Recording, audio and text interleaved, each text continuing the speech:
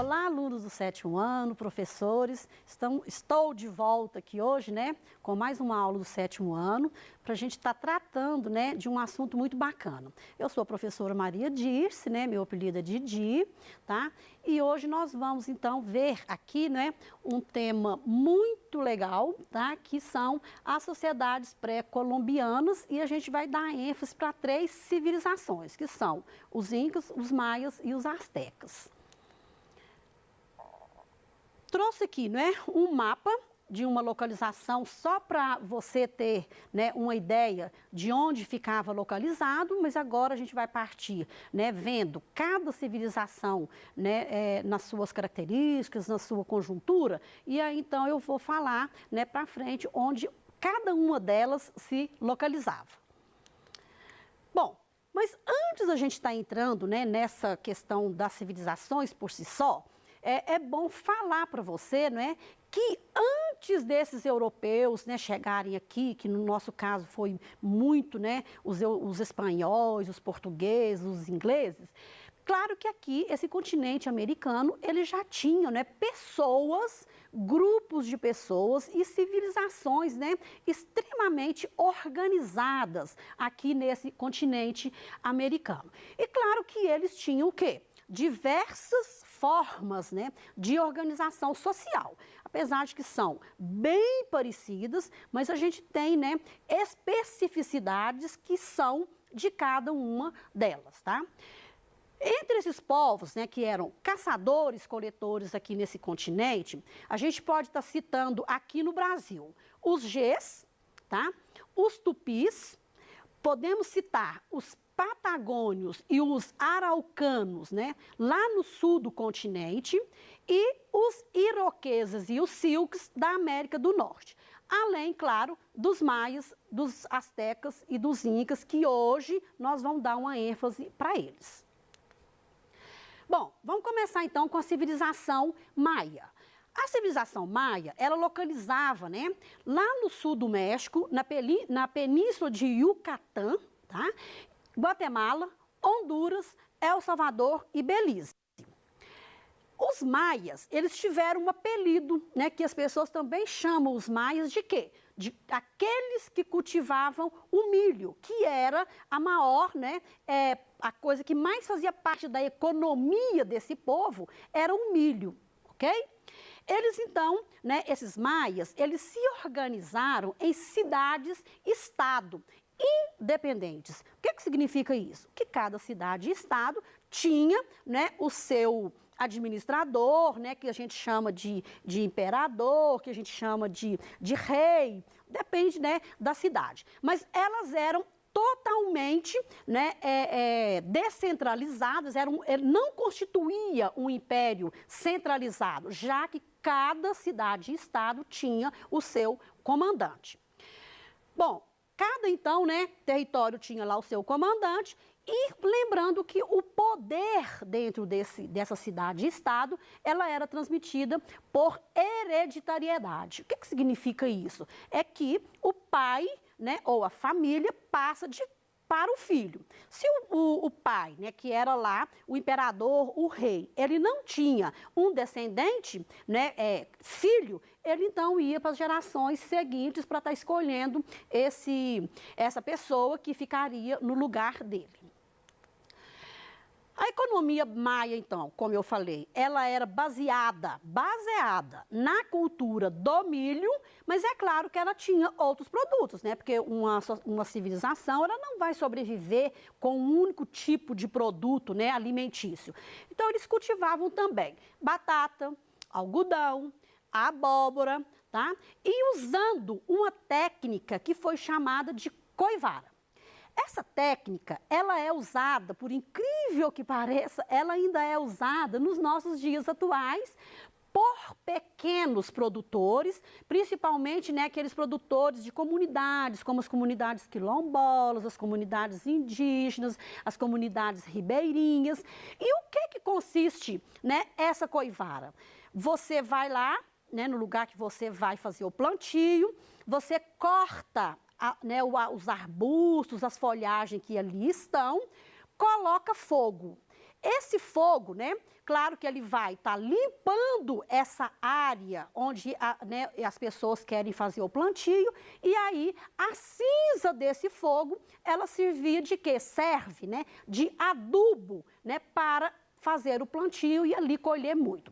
Só que tem que fazer uma ressalva. Essa coivara, ela de certa forma, né, claro que ela degrada, tá, muito a paisagem, porque se eu queimei, ela vai levar muitos anos para ela estar se reabilitando.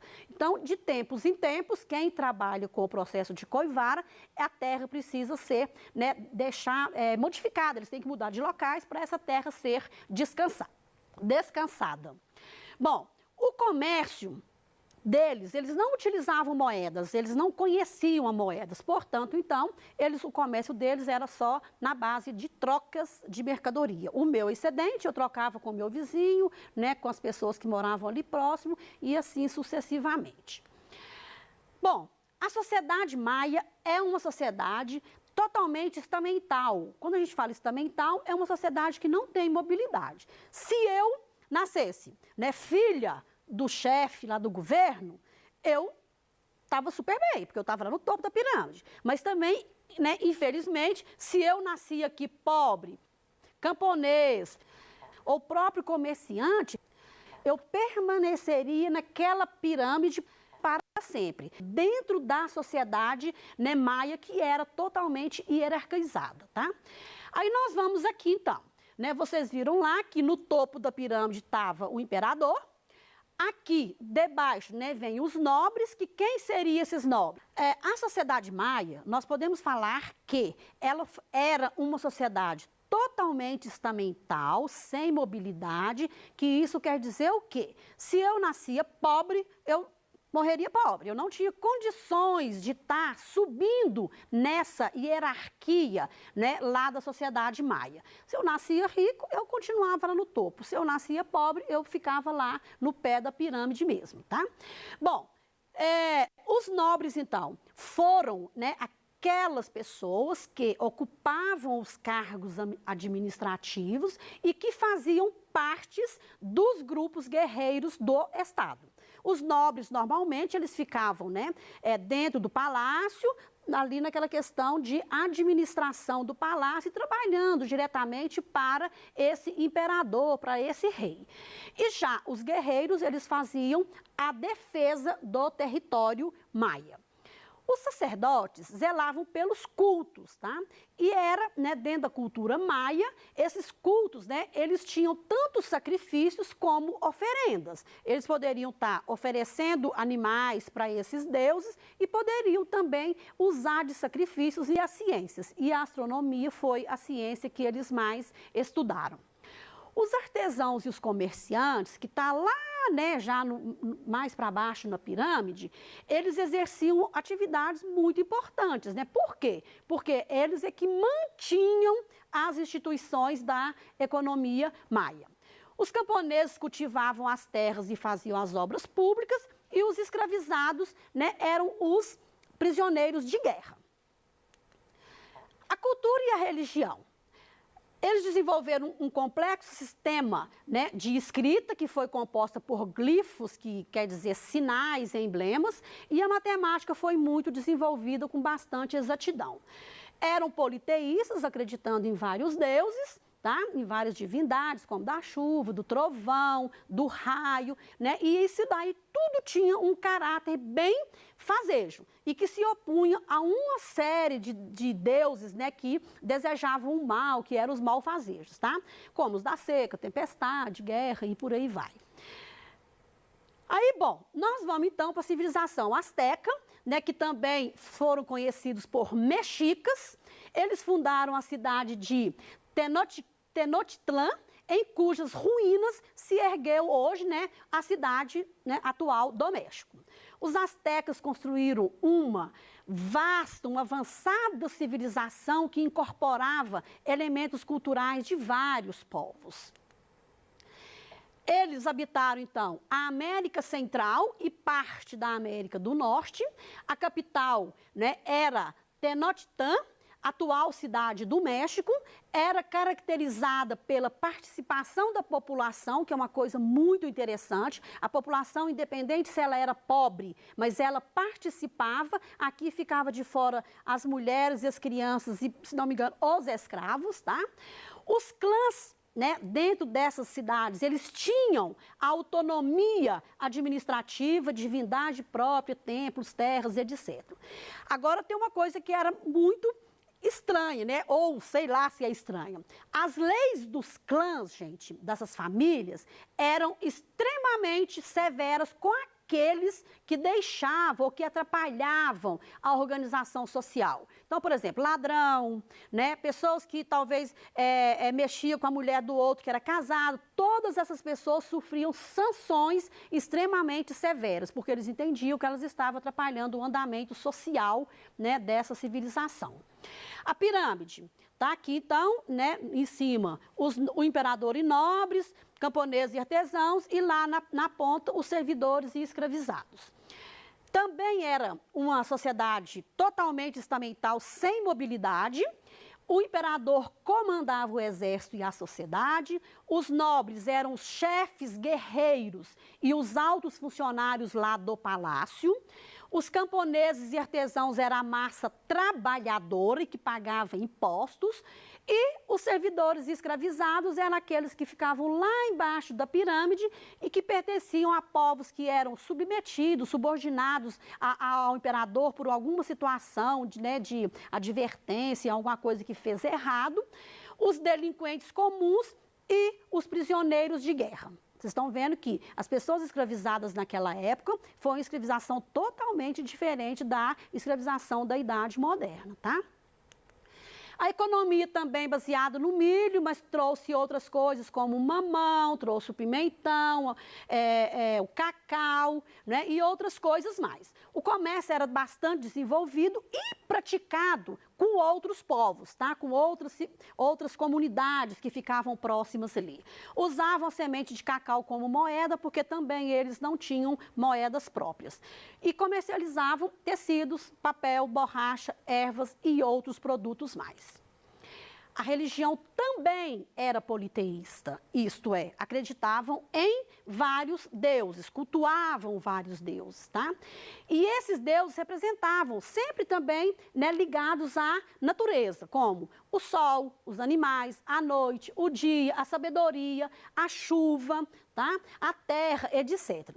Também aqui havia sacrifícios humanos, né? E uma coisa que me chamou muita atenção foi essa questão aqui, né?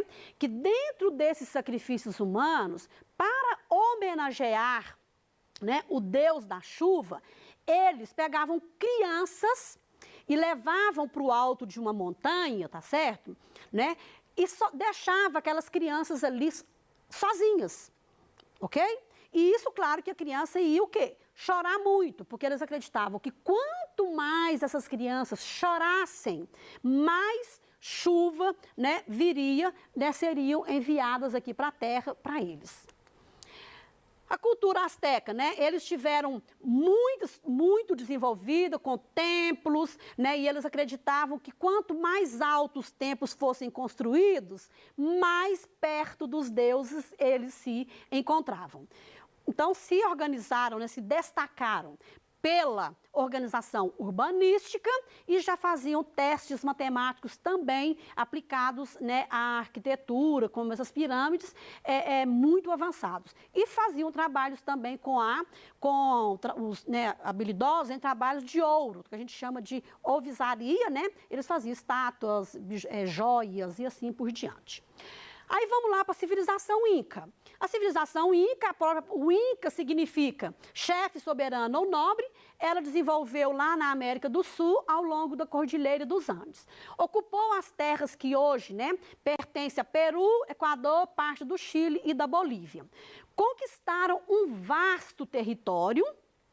E eles usaram uma forma interessante, porque eles promoviam os casamentos entre as pessoas, né, de um território com o outro, para estar aumentando o seu próprio território. Eles faziam isso e às vezes também de promessas de estar dando território para essas outras, né, para essas outras pessoas, e aí então eles foram aumentando esse território deles cada vez mais.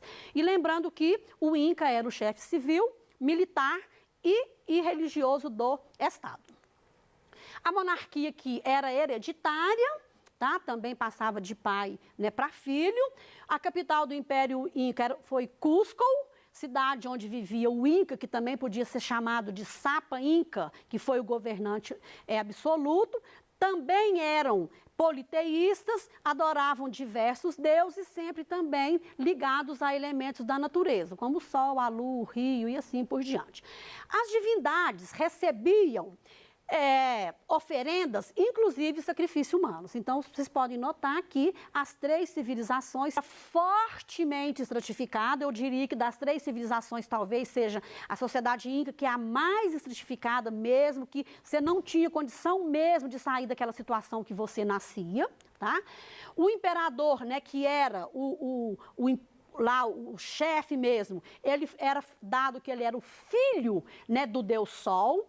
Os nobres e sacerdotes ocupavam os cargos religiosos, administrativos, né, e de chefia militar, tá? Os artesãos e comerciantes eram os ourives, os marceneiros, pedreiros, etc. E claro que lá no pé da pirâmide, a gente tinha os camponeses, que eram os trabalhadores do campo, e os escravizados, que eram, infelizmente, os únicos que pagavam, né, impostos aqui, tributos para o rei.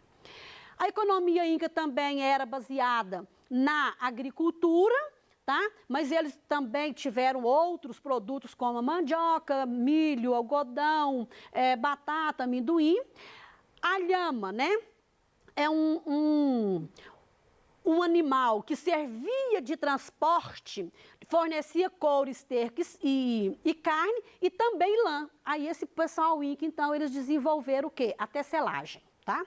Praticava irrigação com a construção de tanques e canais, e o comércio também era realizado, né, a base de troca, porque eles também não tinham moedas. A cultura inca foi extremamente importante e desenvolvida, porque eles conseguiram, inclusive, fazer túneis, pontes, e eles, né, não tiveram escrita. Tá? É a única civilização, né, que não teve escrita de forma nenhuma, foram esses incas. Tá? Eles mostravam tudo, então, através das histórias, que é a oralidade, e através de desenhos. E a arte funerária mostrava-se através de máscaras e nos seus ritos, né, nos seus rituais. O Império Inca, então, ele chega no fim, lá no final do século XV, quando, né, chega lá os espanhóis, tá, gente? Os espanhóis chegaram, então, o imperador, no momento, era o imperador Atahualpa, ele foi executado, após sua morte, eles se refugiam, né, nas montanhas, mas lá ele foi capturado, e aí o último líder deles, que foi o Tupac Amaru, foi morto nessa emboscada. A nossa aula chegou ao fim, mas nós vamos dar continuidade, né, nessa aula aí nas próximas semanas. Eu espero que vocês tenham gostado, aproveitado. Aí, enquanto isso, fica em casa e até breve.